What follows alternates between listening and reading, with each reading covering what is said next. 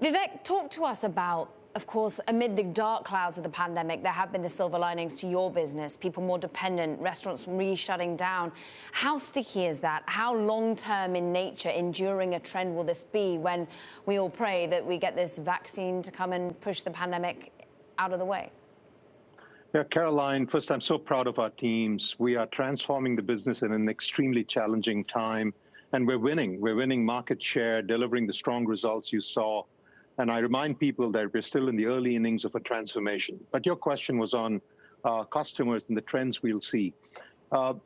People call this a dislocation for a reason, right? Because it dislocates behavior.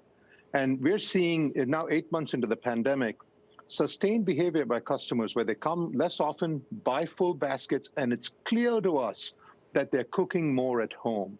And if you take that behavior, if that gets ingrained, it is getting ingrained, you see people working more from home, we believe that you're going to see a future where people find ways to work more from home, spend more time at home, and eat more at home. And that does well for grocers like us. Yeah. That's why we think that that's going to be a change that we see over the next year to year and a half.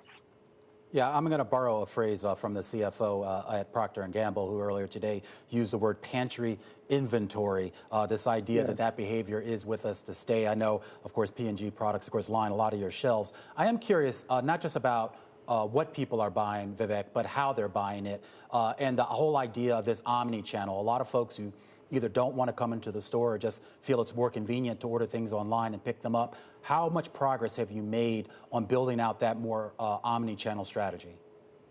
It's significantly important, Romain. You find, I think our best customers are those who use the store and use our e-commerce capabilities. They either drive up and have it loaded in the trunk of the car or have it delivered at home. We're expanding that very rapidly. We're up to 950 stores where you can drive up. We are going to get to 1,800 stores by the end of 21. And it's the fastest growing piece of our business. The reason customers like it is they control the time when they show up and pick it up.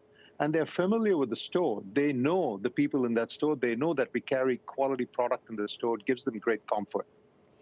Overall, you talk about cost inflation coming down, but I'm curious about what the pockets of rising cost inflation, like poultry and meat or milk and cheese, what's that telling you about your supply chains and really about consumer habits? Yeah, supply chains are still constrained, Taylor, in many different areas. And I think it'll take a while for that to come back and normalize. So that's driving some of that inflation. And you saw poultry inflation is up. You remember back then meat inflation was up. That has come down a bit. So we'll continue to see that till this demand stabilizes and or the supply comes into the marketplace. Inflation has been around 4.5%, 4.1%, in that range. When typically these businesses are planned around 1% inflation. That's been the history. We're seeing slightly higher inflation. I think that'll subside as we go forward, but who knows? It's hard to tell.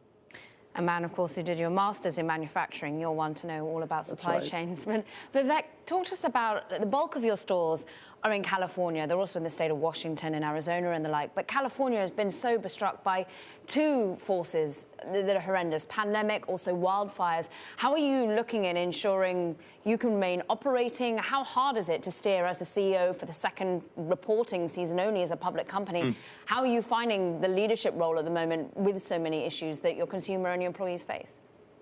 Caroline, our front line is just incredible. There's wildfires, there's hurricanes, and the team finds a way to stand up and get going and do the right thing for the customers and the communities that we operate in. We put a lot of money back into the communities to help people with food and whatever else they need.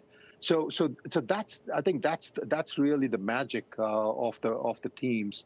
Now, we'll continue to do this, and it's become part and parcel of how we operate every day, and we are delighted to do what we are doing for the communities that we operate in, our customers.